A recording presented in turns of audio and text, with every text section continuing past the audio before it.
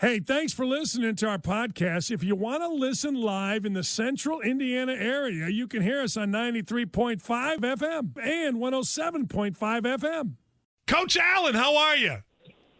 How we doing? Good. Say hello to my wife, Lee. It's Tuesdays with Lee. She coached for 100 years, and now, on Tuesday, she and I go at it here on the show, Coach. Well, hey, Lee, how you doing? Good. Hi, Coach. Coach, we both said, all right, you got the stank out of your mouth, right? You got the stank of Iowa out. I mean, obviously there's things to work on. You did what you needed to do against Idaho. How did you feel about that? Well, kind of what you just said. You just want to get that bad taste out of your mouth, the bad feelings, just all the negativity of that surrounded week one. Flush that, go out there, play hard, play physical. I thought we started really fast, started strong, wanted to do that in all three phases, and got a little sloppy at times. Got to keep working. We're not where we need to be for sure, but sure felt great to have good effort, some real good production out of each one of the units, and get an important win. Coach, when you look at what's coming, Lee and I were talking about this. When I was a coach at Bowling Green, I remember building it, and then we had a game that I knew we had to win because, damn it, the place was sold out, and we were finally – and Lee was talking about that as a head coach at Syracuse softball. This is a little bit that game. You're going to have a packed house. You got a top 10 team in your stadium, which is hard to get. Your thoughts coming up here on where this game is for your program? Well, you summed it up well. And as I talked to our team this morning, that's pretty much what we talked about from the perspective of there's windows of opportunity that you're presented with as an individual, as a team, as a program, and that's what I consider this to be. So that's why we picked for this word this week is seize, and we got to seize this opportunity. And it's in front of us. We got a top 10 team coming to Bloomington. We got a sold-out crowd. Fans are behind us, and we got to play our best football. Yeah, I think I'm going to wear no shirt and just put a big Hoosier. Yeah, we'll paint our face. It's a big one. We're coming down. All right, when you look at Cincinnati, let's talk about the game itself. As a team, offense, defense, special teams, what do you see? Well, I tell you what, a lot of talent. They've done a great job. Their coach Fickle's recruited well. They developed their guys. They got an elite quarterback. Anytime you got that, you got a chance to be special. They got a big-time running back, a bunch of receivers, two good-looking tight ends, big offensive linemen, a very aggressive defense. Coach Fickle's a defensive guy, very sound. They played extremely good defense all last year, and even into the bowl game against a really highly talented Georgia team in the first couple of weeks. So, and special teams are just what you expect, sound, fundamentally good, and speed at the return guys. So just, they're a top 10 team for a reason. They've earned that ranking. It hasn't come overnight. They've built this thing over time, and we got to play our best to beat them. Desmond Ryder is the quarterback. He's been there. He started. I mean, I don't know how old he is, but he's certainly been a player for a while. Specific to him and you, what challenges? What's the biggest challenge with Ryder, the quarterback? Well, anytime you got an experienced guy like he is, he's going to be really good at reading coverages. So we got to do a great job of disguising them. And then his legs, and that's what always makes a DC concerned, is a running quarterback. Because he can beat you with both his arm and his legs, and he's really, really smart. So, he's big, he's tall, there's just one of those things where he doesn't really have a weakness that I've seen on film. He's surrounded with a lot of good playmakers. So, very, very talented player. To me, the biggest thing that makes him the scariest is his legs. Yeah, man. Rick Venturi always comes on and says, it's easier to play a guy that plays in a phone booth as long as he's not Peyton Manning or Tom Brady. You get those guys out wide, man. That's not easy. All right, relative to your team, injury-wise, the Keys kid is out. Are you guys okay? Do you feel good about where you're at? Well, we get Jalen Williams back, which is huge. That's a big deal. But, yeah, it hurts our depth without question. We're going to have to shovel some guys back there. So have some younger guys step up and maybe develop faster than they were expecting to. But that's okay. That's part of it. That's why you recruit. But, yeah, so getting Jalen back is going to be a big, big force. And so I feel good about that. But, yeah, you just got a long season ahead of us, so we're going to have to get some depth there in the secondary. This is a dumb question, but I always say when fans ask me more than one question when they know a guy's coming on that I'm going to ask it for him. A lot of people have asked me, as Michael Penix goes, so goes Indiana. You buy that? No, we're a football team. You know, he's definitely a very important part of our team, but there's a lot more to us than just one guy. And I feel like that, you know, to me, you got a whole defense that has to set the tone for games. You got special teams, as you saw last weekend, that can be a huge part of this team as well. And so, no, it's not just one guy. Special teams were freaking fantastic. I think, you know, they were awesome. They were great. I mean, congratulations on that. Give that new guy, give the coordinator a new car or something. I don't know. But now you got to do it. That's Idaho, damn it. We got to do this against the top 10 team. That's right. That's it. That's right. That's it. You're right. And that's the thing. That's the challenge. And that's what we talk about. You know, it's consistent performance. You know, that's what we got to get to. And that's what we're, you know, preparing for each day is you if you want consistent performance, you got to have consistent preparation. So that, to me, is what we're focused on at this point. Coach, what's a good game coming out of a game? So fans understand, what's a good game for Michael Penix? Well, I mean, shoot, it's a lot of even things you don't even see. It's just decision-making, getting us in the right call, sometimes in the run game, and protections and things that, you know, nobody has any clue about when you're watching television. Right. Everybody just sees touchdowns and yards. You know, I mean, I don't put a number on it. To me, it's just winning football. You know, protecting the football, that's a big deal. That's playing great is when you protect it, because if we protect the football and do a great job on the other phases, we're going to be tough to beat, you know. And so, but when you turn the ball over, it makes it very, very difficult to win games at this level. So to me, it's just about decision making. That's probably the biggest thing, and with the ball in his hand, with the ball out of his hand, and the leadership that he provides. So that to me is bigger than just throwing touchdowns. You know, to your point, and we mentioned the Ryder kid being a veteran, what guys see is incredibly important from the quarterback position pre-snap, is it not? And how is Michael with that? He's really good, and that's the part I think it makes him really, really effective, and allows us to be able to get ourselves in good calls more so than maybe we've had in the past, because I just think he has that ability, has that experience as well. And I'm sure they feel the same way about their quarterback. And it's just, anytime you play a lot of football and you know the system, you're able to get yourself in the right position to get the ball to the right people. So that, to me, is those pre-snap reads are critical. Coach, I try to tell people all the time, a guy throws an interception, everybody says, oh, we got to change quarterbacks. I'm like, shut up. Yeah. I mean, there's so many reasons things happen. And, you know, I guess the main one is you throw it to the wrong team. But damn, I mean, there's so many things that happen during the course of a play, is it not? Well, there is. You know, sometimes an interception occurs because there's pressure, so something breaks down up front. Sometimes it's because maybe a quarterback is confused in the coverage that he got. Sometimes the receiver runs the wrong route. You know, he breaks one way, the quarterback expects him to break another. And so, yeah, it's never as simple as it might appear. There's no doubt about it. Are you good with the running game? Are you good with Carr?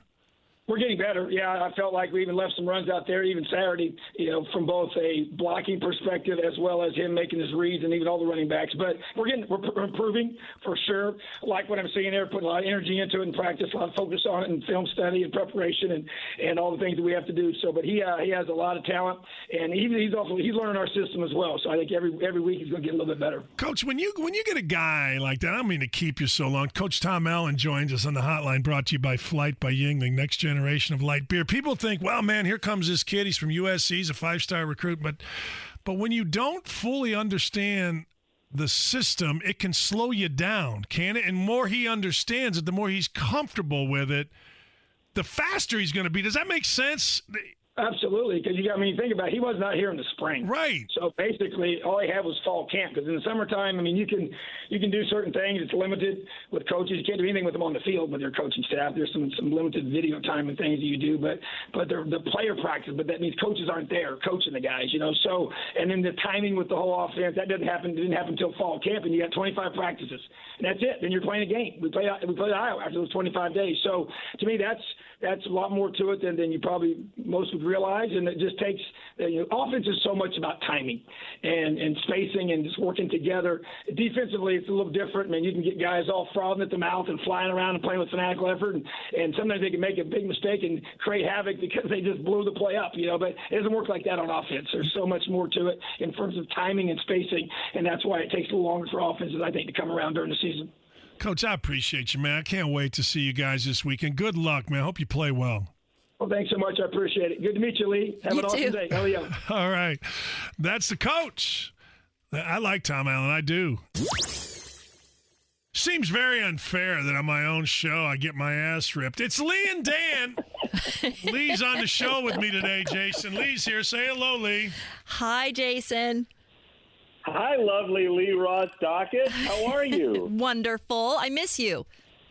I miss you too. We got to hang next month. Yes. Next month. He says he's coming in early in October. Let's do it. Yeah.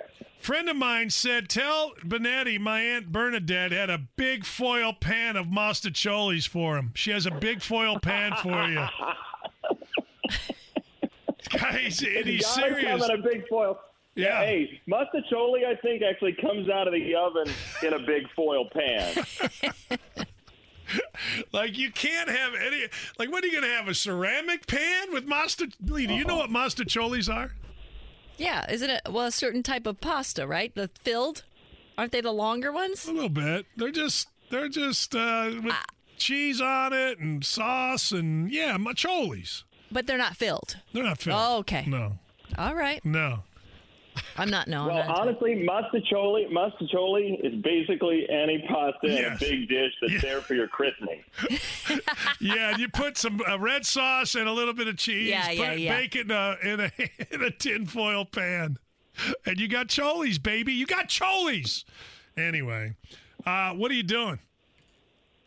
I'm just going to get a big old bag of Mike and Ike's and eat them while we're doing this. Yeah, you are. I'm excited. We got a magic number in the single digits at 9. I was in Myrtle Beach last weekend. I'm going to Louisville, so I'm going to race somebody across the street and try to get your mind off of somebody heckling you. You remember that, Lee? Yes, I do. Remember when I told the guy he beat you across the street? Go! Keep walking. We were like, keep walking. Just keep walking. When the guy was on my ass? Mm-hmm. Yeah. And Jason stayed in between you guys. Jason said to me, so let me set the scene. We're doing a game at Louisville, and we're walking back, and the fans are on my ass, right? And some guys are following me. Hey, dog, could you, and I'm like, hey, I told Scotty Johnson, I'm going to turn around and beat the hell out of this guy. And Jason comes up to me, and he goes, hey, what's your favorite food, Dan? What do you like? Trying to change the subject. I said, shut up, Jason. I know what you're doing. And I said, no. Like, what's your favorite fruit? Like, what are you, a nectarine guy? You a tangerine guy? You like peaches? What do you got? And I didn't care if you know what I was doing, but like, here's the thing. You start throwing hands, I might get hit by errant hands. Yes. I'm not into that. You and me both. Yes. That guy was on my ass, Jason's too. the great diffuser. Yeah. No, he's not. It's a legendary story. No, there's a legendary Maryland and Michigan State story. No, Jason is the igniter. He's the igniter. Jason, the igniter Benetti. Hey, now. Hey, here's what it is. When you're an igniter, I'm a diffuser, and when you're a diffuser, I'm an igniter. We can't have both. No, that's why we work. That's why we work well together. Oh my God, that's so fun. And then I said, Jason will beat you across the street. Go! Jason went, and the guy was like, what? He beat him across the street. Oh, man. Hey, from a Sox fan, my friend Tommy Boson, the great Tom Boson, our neighbor, says Benetti's the best, bar none. So there you go. And Tom's tough, man. Tom Boson don't play. If you stinks, he'll tell you stinks. Mm-hmm. Yeah. I thought for a second you said it was Tom Poston, and I thought we were on Newhart. See, I love the references. I don't know. How old are you? Yeah. Because you're younger than us. Yeah. Much. How do you know Newhart? Yeah. Because Larry, Daryl, and Daryl. I used to watch it all the time growing up. Larry, Daryl, and Daryl. I remember Forgot about that. Hey, we do have a magic number with the Chi Sox in the team or in the single digits. Walk me through this. When is it happening, and are you going to be there? Yeah, so it looks like the clinch is going to happen in Detroit. It could happen at the end of the Texas series, Friday, Saturday, Sunday. Friday's out, Saturday's a long shot. Sunday is less of a pipe dream, but could be Detroit. And they decided actually yesterday that they're going to send us for the Texas and Detroit part of it. I can't go. I was already booked for a football game, and it's Monday, so I couldn't not do that. So I'm not doing Friday. I'm joining the team Saturday in Texas, and then we're going to Detroit for sure. And then if it goes that long, we'll end up in Cleveland as well. But they are going to send us. They finally made the decision for clinching purposes that we're going to go do games. So we definitely know it wasn't about safety at that point because they're just deciding. Come on. I mean, it's about, I'll say it, it's about stupidity. You got to have baseball and football and basketball announcers on site if you can. I'm just saying. Just saying, man. Yeah. I don't care. You just do. You just do. And if you don't, then you're cheating the customer. Is how I look at it. Mm-hmm. I mean, I agree, especially when people are saying, they can't tell the difference. Here's my experience. Anytime you treat the audience as anything less than smart, even if there are some people who aren't like, Harvard educated, like Tegan and like Dan when he's pretending to be the guy from Good Will Hunting, everybody who watches sports is savvy as hell, and they're intelligent about sports viewing, no matter what else they're intelligent about. You can't pull a fast one over. It's why people like certain analysts and don't like other analysts, and like play-by-play announcers and don't like other play-by-play announcers. Because if you spend your career saying nothing, people will realize that very quickly. I agree. Don't you agree with that? Absolutely. And there is just such a difference. You can tell when somebody's there at the field. There's such a difference calling a game from the field, and being with the team. That's it, Lee. You know as a coach, and Dan, you do too, when people ask you good questions about your team and that ends up on the telecast, that only helps everybody. Right. Yep. And when we can't ask those questions, everybody loses. No, I totally agree with that. I do, and particularly in your sport where, look, you got to go down and you've got to go talk to people because, frankly, you got a lot of time to fill. In baseball, you got so much time. Yeah, it's every day. Imagine if you were a touring musician. I'm just going to pick Elton John. Say Elton John goes on tour and does the same arena 20 nights in a row and plays the same songs every night in the same arena to people who have season tickets, okay? And a couple people change out, but it's the same songs. At some point, somebody's going to write a story saying, I've heard Crocodile Rock enough. Right. Even though it's a good song. Yeah, right. And so we have all the same viewers, a lot of the same viewers. People are in and out, but a lot of the same viewers. When I tell them the same stuff over and over again, I have no shot of being good long term. So if they want to recycle announcers over and over again at local teams, I'm not talking about myself, I'm talking about everybody. What's going to end up happening is they're just going to say, well, that pairing no longer works. And what they mean is we didn't give them the chance to talk to the players and do their actual job. So we're going to be the ones taking the bullets for that, and it's garbage. Let me ask you about the White Sox. Where are they now health-wise? Lance Lynn was on the IR, different things. Where are you right now? We good? Yeah, I'm going to answer that question and then go back to something that you got to pull up after we talk. Tim Anderson's back today. Giolito's back today. So we got some cavalry coming back. Lance on Sunday, Lance had a strikeout. He finished like he had his hand in the air like he was Steph Curry coming down the floor knocking down a three. And then he kept it. He did one of his big guy swivels, turned, faced the crowd in center field, grabbed his junk. What was the backstory? He just does that sometimes. He just wants to grab the beans? Every once in a while, he's just he's looking to play beanbag toss without the toss.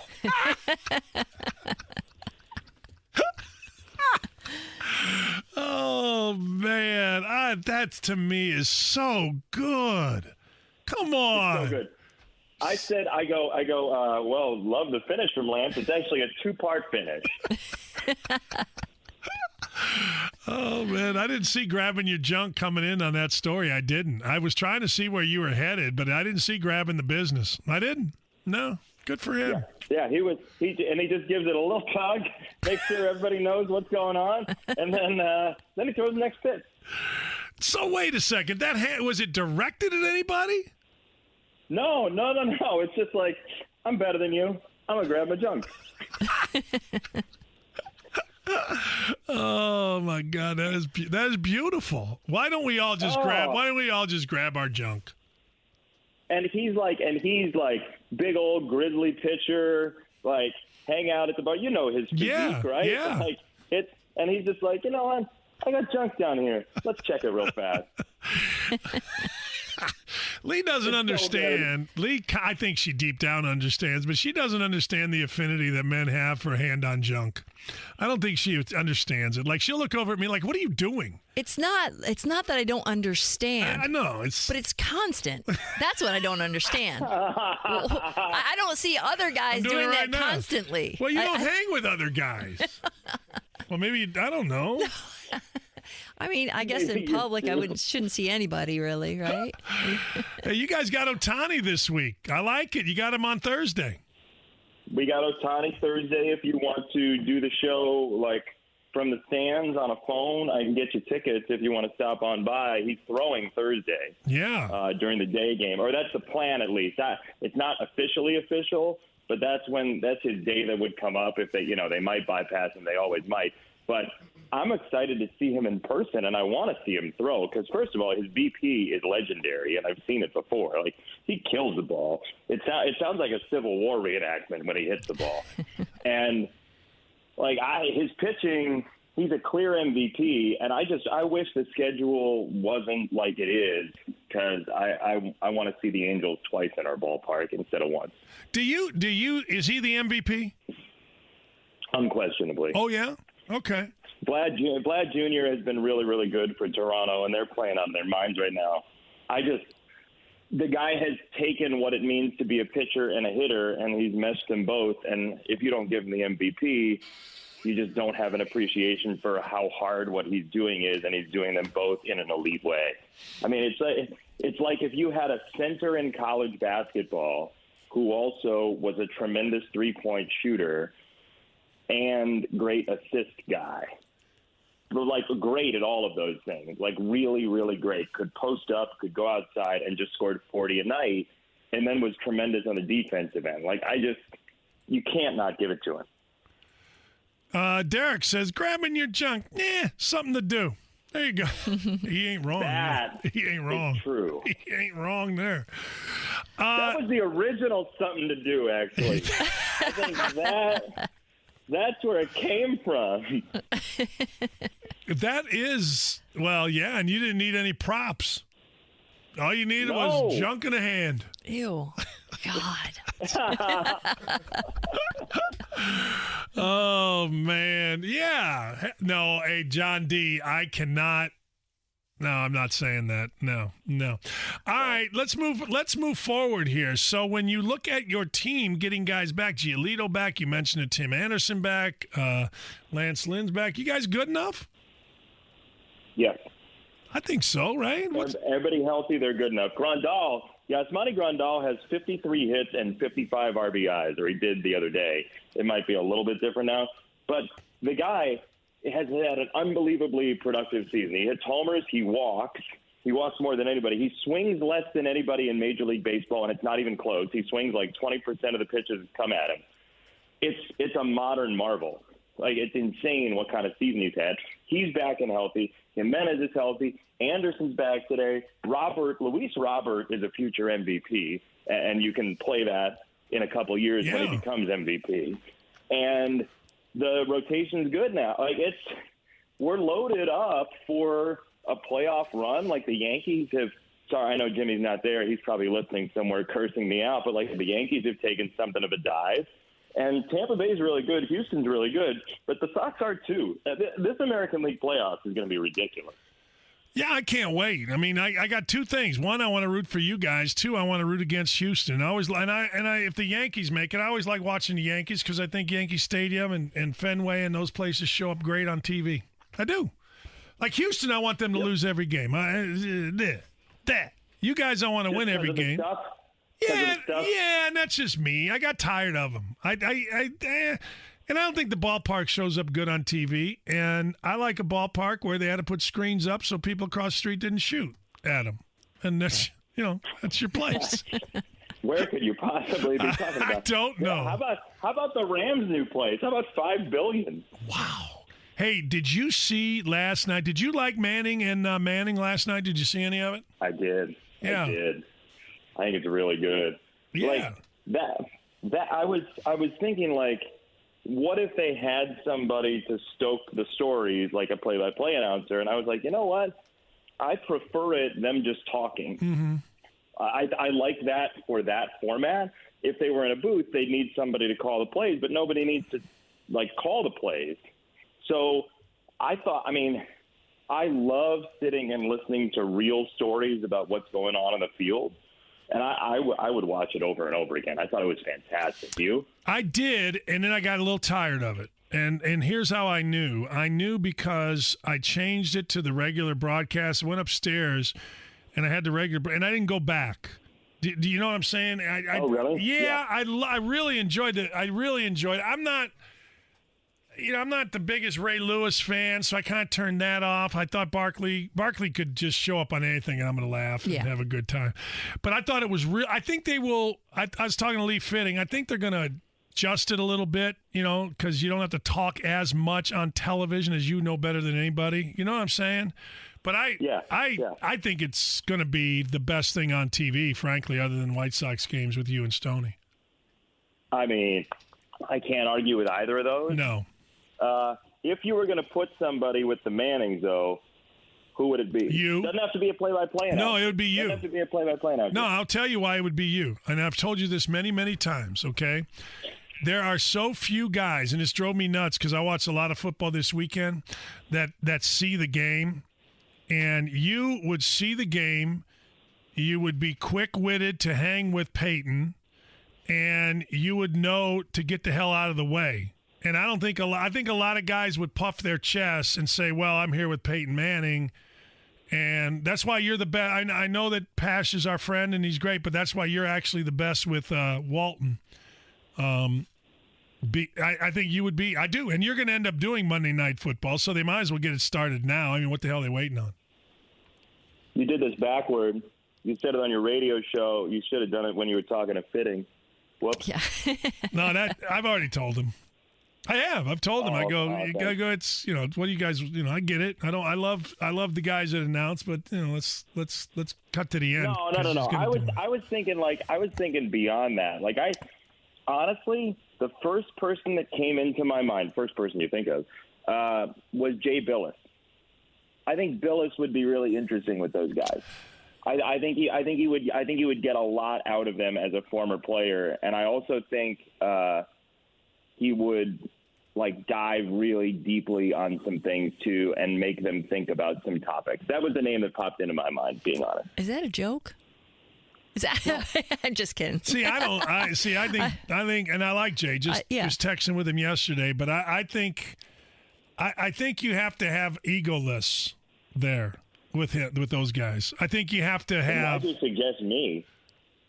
You're egoless. Stop it. Jeez. No, I'm serious. I think you have to have egoless. I think you have to have, you can't have a guy that's trying to one up Peyton's one-liners. That you know what I mean? Peyton said, and it was a perfect thing. He said, hey, Raiders fans, just be quiet, sit there and drink your beer. In the first half. And then, you know what I mean? Yeah. And then it was perfect, and they went to break. You didn't need anybody trying to top that, and that's where Billis, I think, would, and I think you wouldn't. Well, here's what I think is fun about what they do, and I appreciate that. But what I think is fun is they don't, adhere to TV norms. I don't, and Stoney and I make fun of our promos as much as we do the promos straight up, and you and I did the same thing. I think you got to be subversive to what TV is. Just saying, oh, we'll be back after this. Right. Don't. Just sit there and talk, and if the camera goes off, the camera goes off. I love that about that, and I think we need more of that. You and I, the reason I love doing games with you is there are no rules. None. There are no rules of ego. There are no rules of anything. And I mean that really endearingly because you can't hurt either of our feelings on the air, and you can't make us do anything. I don't need you to do anything for me to be good, and you don't need me to do anything for you to be good. We just go and talk as friends, and there's no, this is my time, this is your time. You just go. And that's the best part of a really good TV broadcast is the rules are gone. There's no ego. There's no rules. It's funny you say that, and I appreciate you saying that. It means a lot to me. I'm going to clip it and send it all across the country to people to get another job. But But I was listening to a show, and it was it was yesterday. Whoever was in place of the show up front of mine for 2 hours is Greeny. And Greeny's a great conversationalist, but Greeny wasn't there yesterday. So they had a guy and a gal, and it was awful from that standpoint. The gal said something, and then the guy said something, and then the ladies and the guy, it wasn't a conversation. It was rehearsed, or it was it was just like, I got to say this because it's my turn to say something. It wasn't a discussion. Yeah. You know what I mean? Does that make sense? Wait, what? What did you say? I'm kidding. The key is being a good listener. So it's exactly it. But that's why people like you, and that's why people like your show, because you don't say like, well, coming back after this, we're going to do that. It's just like, I don't know what I'm going to talk about, but we're going to talk about it. We'll see what happens. Like, I got a feeling that I want to talk about this, and I don't like blue Skittles. Like, you just go. But you're a smart sports person, and so it really works. I have had analysts that I've sat next to, and they have said to me, hey, when we come back from break, you say this, and then I'm going to say this. And I immediately was like, can I fly home now? Yeah, you can't do that. No. I'm not doing that. No. I'm just not. It makes me not want to to say what they want me to say. Right. Just to see if they panic. Larry David Spite Store. I'm spite. Yeah, the funniest thing that ever happened to me on air was when Brent Musburger said, and when we come back, Dan's going to break down Etwan Moore's jump shot. And I looked at him. I'm like, I am? You'll handle it, laddie. I just felt like saying something. I'm like, oh, okay. Okay. All right. Hey, speaking of Curb, I got a question for Lee. There's the one episode about the Larry David sandwich that has like sable and whitefish on it. Yes. I didn't see this one. So it's a sandwich at the local deli, but it's garbage. It has all this stuff on it that he doesn't want, so he keeps trying to trade with Ted Danson or Richard Lewis. They don't want to trade because it's got sable and whitefish on it. So I was thinking about this earlier today. If there was a Dan Dockich sandwich, what would be on it? Ooh. Man. Like, of the things he loved? Is this the Dan Dockich sandwich? We need a good one. We need a good one, and then create one that he would hate. So give me the good one first. Like, what would he love on a sandwich? Because I think it would be like cocktail from the fireplace, cocktail shrimp, and hatefulness. I feel like it would be. Wait. What did you say? What? I said ash from a fireplace, rocks, and hatefulness. The hatefulness. Hatefulness. Hey, can you give me the ash and hateful sandwich? Oh, you mean the Dockich? Yeah, okay. See, he's saying what sandwich would basically be the personality. Like, what would you like first? Like, give me like ingredients that you would really like, and then give me one that's really, really funny. That's better. Yeah, be funny, Lee. Come on, Lee, be funny. Let's see. Dance for me, clown. Seriously. I feel like the most random one that he would like, he would want to put a sandwich together that nobody would ever want to touch because it would be all his, which would be like shrimp cocktail and ice cream, I think, on top of rye bread. For sure the rye. Toasted. Rye. Maybe in panini form if there's a way to do that for ice cream. Yeah. Yeah. Throw a little jelly on top and we're good to go. Yeah, some cheese. So that would be Dan Dockich in a for real food sandwich. No, it wouldn't. Come on. So good. Come on. Come on. You don't think so? No, that was awesome. I would like it. I don't know. I'm cocktail, ice cream. Oh my God. You know my theory, if I like two things, they go together. Like if you really like two things. Yeah. If you really like, I'm not talking about, what if I put, asparagus? No, I don't like asparagus. Right. If you really like I really like jelly. Loves jelly. I would put jelly on shrimp cocktail and ice cream and have no problem. Right. I believe it too. I've seen it. That's the thing. Like, I could not do that. There are things that I love separately. I don't have to have them together. But Dan would put it all together in a panini form. It'd have to be panini. Yeah. There you go. I am so grossed out by that sandwich, but it is perfect. Yes. That sandwich to me would smell like a Dan Dockich bite. Yes. Throw a little Swiss on it, too. A Dan Dakich fart. That's just not. See, this show's gotten loose. It has. This show's gotten loose with. We got game today? We got a game today. We got 7 o'clock, Angels and White Sox. Stoney's off next 2 days, tomorrow and Thursday for the Jewish holiday for Yom Kippur. So Len Casper and I are doing the games Wednesday, Thursday. And, that's what's going on. We got some Angels. Last thing, what happened to your podcast with Len? No, it's still going. Oh, good. Okay. Yeah, we had Adam Amin and Stacey King from the Bulls on this week. Nice. Whatever happened to Better Call Sal guy? Is he all right? Okay. He's all right? He's okay. He's fine. Yeah, he's fine. His son tweeted something that he's okay, and he's been tweeting now. He's out of the hospital. He's ready to go. Odenkirk. Yeah, he's a good dude, right? You love that guy. Great dude. He spent like an hour with us in person. It was awesome. Really, Dan? We were just talking about touching junk, and the Dakich sandwich is a shrimp panini. I see what you did there. Okay. All right. Oh, Nah. Sanders. You're the best. Thanks, my friend. So much fun. Lee, it was great to talk to you. Dan, we talked. Bye, Jason. Goodbye. Goodbye. Chappie, nice enough to join us. Chappie, what'd you think of Sunday? What's going on there? Yeah, I guess what I was most concerned about is two of the areas that we all thought were strengths of the team for one day weren't. Offensive line and the defense. And that's concerning. If you list the list of problems for that game, Carson Wentz was so far down the list as far as why they didn't win or didn't play well. And the only problem is going to be the start of the season has a chance of exposing those problems. You know, now they get the Rams coming in with Stafford and Aaron Donald, and it's going to be tough to bounce back against those guys. And oh, by the way, you don't know what Braden Smith's situation is with a foot injury until they get the offensive line fixed and the defense quits talking a big game and and starts playing a good game. They're going to have trouble. Chappie, Braden Smith, any update on that? No, and Frank didn't offer a lot yesterday. Other than he said he came in and was complaining about a foot injury. And again, of all the positions, I really think Eric Fisher plays Sunday. I really do. He was close to playing last week, but.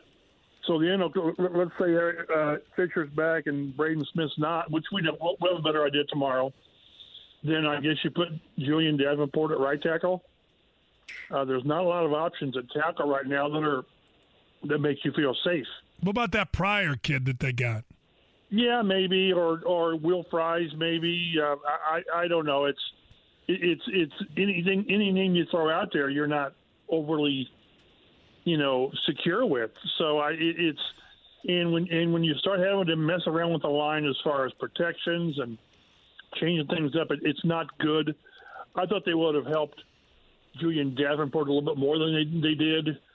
I don't know the numbers on how much help they gave him with a tight end or a running back. But one thing Frank mentions is when you're having 3- and 5-step drops, you generally don't help your tackles because the ball's supposed to come out. But, they only had 10 – the NFL stat book only had 10 hits on Wentz. I thought it sure looked like there were more, and I tell you, I bet Wentz felt like it was more because there were 2 or 3 kill shots. I mean, where sometimes you wonder how these guys get up, and you simply can't treat your quarterback like that and expect him to play 17 games. Yeah, that's the thing. I mean, I agree with you. I look at guys, and two things always fascinate me about quarterbacks. Number one, how they get up, and number two, sometimes they take such a shot and they hold on to the ball. I mean, yeah. Hey, do you think, because the left tackle situation really, maybe it's solved, but it doesn't seem like it. The deep threat thing isn't solved. Do you think Ballard is going to start coming under some criticism for all this stuff where we haven't addressed? Yeah. I think, and he's pointed out things, at himself in the past. We didn't have enough depth at wide receiver when T.Y. and guys got hurt, and he was upset last year when I think they went into Pittsburgh and their tackle situation was awful because Tonzo was out and Braden Smith was out, and they couldn't protect the quarterback. And yeah, the problem is you can only you can't really criticize that you didn't have enough depth. Now you can criticize who the depth was, because all off season, go back and listen to whenever Frank and Irsay and Ballard talked. The left tackle was going to be Sam Tevy until Fisher got back. I mean, they hardly mentioned Julian Davenport's name, and then all of a sudden Davenport sort of wins. Not sort of. He wins the job until Fisher comes back, and then Tevy gets hurt. So the argument's not that they didn't address the depth; it's who they addressed the depth with. And I'm not defending. I'm just stating fact. There's not a lot of really, really good tackles out there. There just aren't. There just aren't. Now, should there be better ones than what these guys have got? Maybe. But I saw a lot of highlights from a lot of games on Sunday, and I saw tackles not playing well. I saw lines not playing very well. Now, whether that was because the season opener, I don't know. But all I know is there were too many times where was too quick a pressure. The fourth and one in the fourth quarter, to where Reich said there was a miscommunication where Braden Smith just got beat, and Wentz didn't have a chance for whatever a second read needed to be. You just simply can't have your quarterback under that kind of duress. And keep in mind, this was a mobile quarterback. He probably avoided, 2 or 3 sacks on his own. So they've got to get that fixed. And as I mentioned to start with, the problem is this early schedule doesn't give you time to get it right. Because, again, Aaron Donald's, 3 of the last 4 years, he's Defensive Player of the Year. And he's the type of guy that can simply take over a game if you let him. And after what Russell Wilson did, you're bringing in Matthew Stafford, who loves to throw the ball deep. He's going to, he's average. He's faced these guys 3 times, and I think his worst game's like 330 yards. So he's going to throw the ball deep. And there's issues there's issues with the back end of the defense. There's issues with, I thought the linebackers didn't play very well at all. I really don't. Darius Leonard got his 4th fumble, but I thought he had a very un-Leonard-like game. I thought Okereke missed the 1 tackle on that 33-yard run. If he tackles Carson at the line, maybe they don't convert, but he certainly doesn't go 33. So a lot of issues. And again, the only positive I take out, one of the main positives is that Carson Wentz wasn't a problem. Now the fumbled snap, you can't fumble a snap on a 4th and 1, whatever it was. But I thought anyone who thought that he might be the problem as far as throwing and accuracy and decision making, I thought he more than did his part for the most part. But overall, that just wasn't good enough. I mean, you get beaten, you really weren't in it. No, you really weren't. Is it concerning from a wide receiver standpoint that the wide receivers weren't the main targets? It was all running back. Is that concerning? Only if it keeps up. How much of that had to do with, how much, and I asked Frank that yesterday, and I don't remember exactly what he said. It was, some of that's by design on screens, and some of it was checkdowns because either the receivers weren't getting open quick enough or the pressure came too quick to where you had to dump it off. But getting your running backs, what was it, 12 catches on 15 targets. A third of his targets, more than a third of his targets, were running backs, which it's pretty good because you get these guys in space, and you really think that, Taylor and Hines are going to break one, and they will eventually. But, yeah, they've got to get more from the receivers. That's, that maybe kind of jumps out to where they need T.Y. because I think he can do more. But it wasn't a great day for receivers. Pascal did what Pascal does. He catches 3 or 4 and catches touchdowns. I like the guy. I really do. Michael Strong had a couple of big catches on 3rd down, but they didn't really get Pittman involved. I think he had 2 or 3 catches. So you need more, but, it's so hard.